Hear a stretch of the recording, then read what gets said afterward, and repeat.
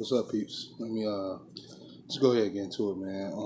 I just got done watching King video a little while ago. He actually put up a little little funny little clip video of a lot of y'all negative Piston fans out there, man. You know, and it's not something I haven't said before. You know about the negativity that happens in this fan base. We have a way of being afraid that we can actually beat teams that the organization as the NBA and promoters will say we can't. We have made our history off doing that. So it's for the fact that we get a superstar. Yes, y'all have to remember the superstar names that the Pistons had got and traded for back in the day, back 08, 7, all them. You have to remember, man, that team was made of when they were basically over already. They were already washed up. They weren't still playing high, like good the last 2 years, like super good, like superstar the last 2 years, and then they just came to us and instantly got old. They were already that way before we got to them. We just picked them up, and then we did not use them. They still had something to offer. We didn't use them right. That was the only thing we did do wrong. That doesn't mean that we just can't have superstars or big name players because, their career just going to be over. You have to have a reason to say that. Outside of, because we had Iverson who was old. You know how many injuries that dude had been through? Him and Tracy, especially Tracy McGrady. You know how many injuries that dude had been through? Okay, you knew his career was basically washed up. It had transitions from his era and their era to the new era that was coming. You knew he had transition. Already had transition. So why are y'all picking at the Pistons about Blake Griffin, who is still playing lights out basketball, and was still playing lights out basketball up to the point he got traded, and was still doing it when he got traded. His first night here, he put up there triple-double. This guy just had 33 points the other day and then 50 yesterday. And I'm hearing trade him. What's Tobias Harris doing? What's Avery Bradley doing? I haven't heard their names. I heard nothing about them. I ain't seen no report how they balling. I haven't heard anything about them, how well they've been playing. I want to know. What have they done so special since they've been gone from the Pistons? I mean, we was willing to pay Blake Griffin money to both of them guys, and they haven't done what he's done in their career. Well, Avery Bradley has had a very exceptional, has had a good all-star career, caliber player. But for the level of what we needed, no, not worth the money. Sorry. But Blake is. Blake just gave 50 points. This old man that can't keep up no more just gave us 50 points. I mean, all the negativity. When did Detroit become a place where it's not allowed to have anything good anymore? I mean, God, Lee, it doesn't make any sense. When did the Pistons become that team? The fan base has always been split cut like that. You know, one of those unnecessary active fan bases that can be really unnecessarily hard on their team. But I mean, come on, man. Like, when did the Pistons become that team where it's like, oh, they got this name? Oh, man, we could get KD in the trade right now and y'all gonna say his career over. Right hands down. We could trade Blake Griffin right now for Kevin Durant. And I guarantee y'all, Pistons fans will have something to complain about. Oh, it just ain't getting no better. We got KD. Man, he about to be ass. He about to be messing up stuff. He ain't gonna be able to shoot right. And he ain't gonna play defense probably. And he gonna bring bad attention, this and that and the other to the city. I don't want him here. Then let's say we got LeBron James. He old and washed up. I don't think his career over. He can't win it no more. He ain't got the big game no more. Pistons ain't gonna go to the finals. We can't have nothing in Detroit. So I don't see what it is. Why you picking on Blake Griffin? We get anybody in here that's real good. And y'all will sit here, and complain about it. Remember, y'all the same fans that have forgiven the Lions for way more shit, way before the Stafford era. Y'all have forgiven them for so much because they just gave us so much through the years. Yep, they gave us failing season after failing season. They couldn't get it right on all levels. Not ownership, not coaching, scouts, not talent, not coaching philosophy, not running the ball, nothing. They couldn't get nothing wrong. At least if the Pistons messed up on the draft, at the very least, they had a coaching staff, and with the veteran players they could at least have a competent season.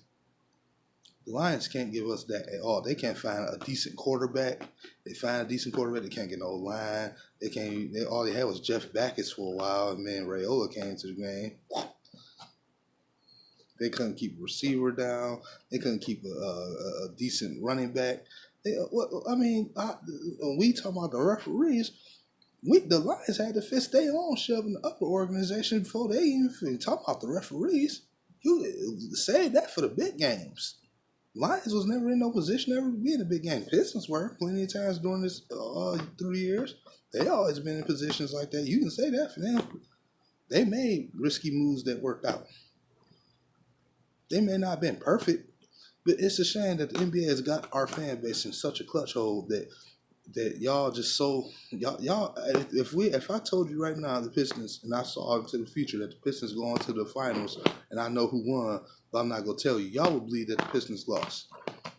Even if I saw in the future right now that the Golden State Warriors lost to the Pistons in a 4-game, 5-game series, because y'all just wouldn't be able to believe it. That's how much I would.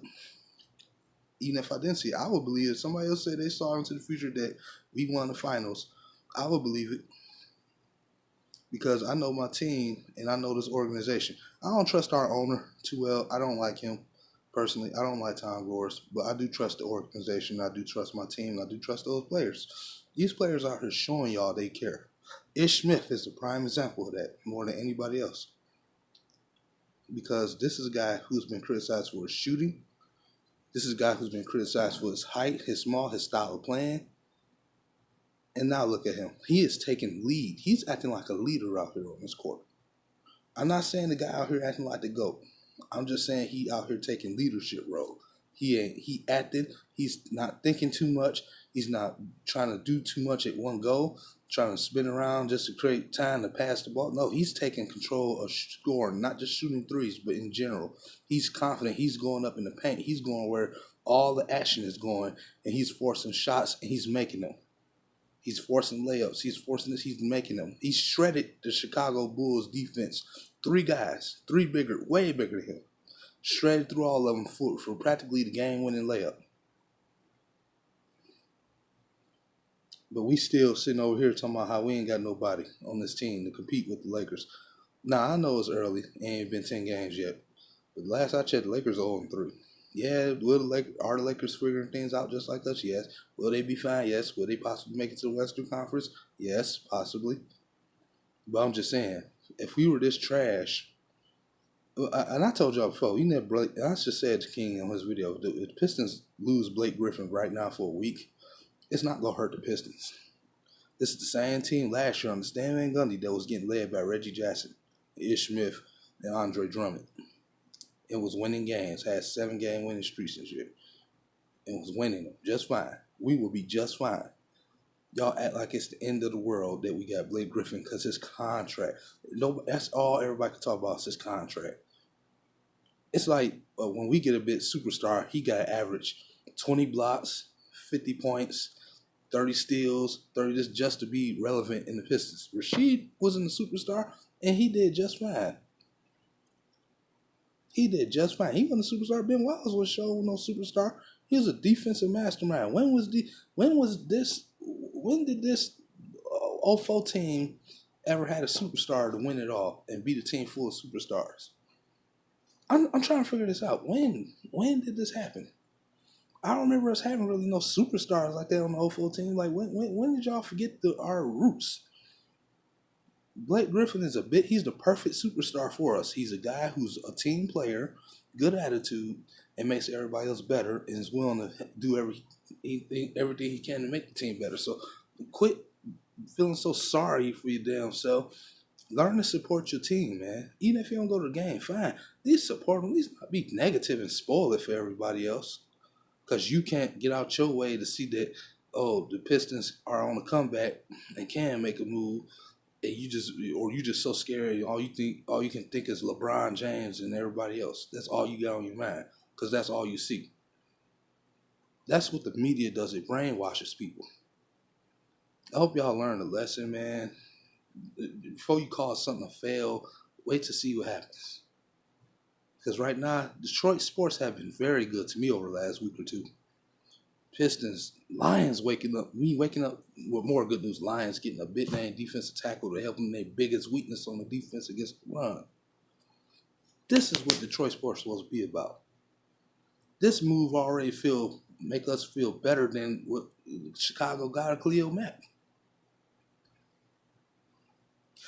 Learn to stick by your Detroit teams, man. Quit being so damn scary.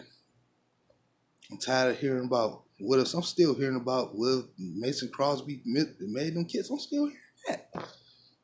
Quit crying and support your team, man, and quit being negative and be. More of y'all be negative, more negative shit happen. And when you're so negative, and then the worst you was assuming does happen, it makes you look smarter than you actually are. In actuality, it's your fault. Give your team, they're doing good now. Now give them some energy so they can play off that energy and keep winning for you.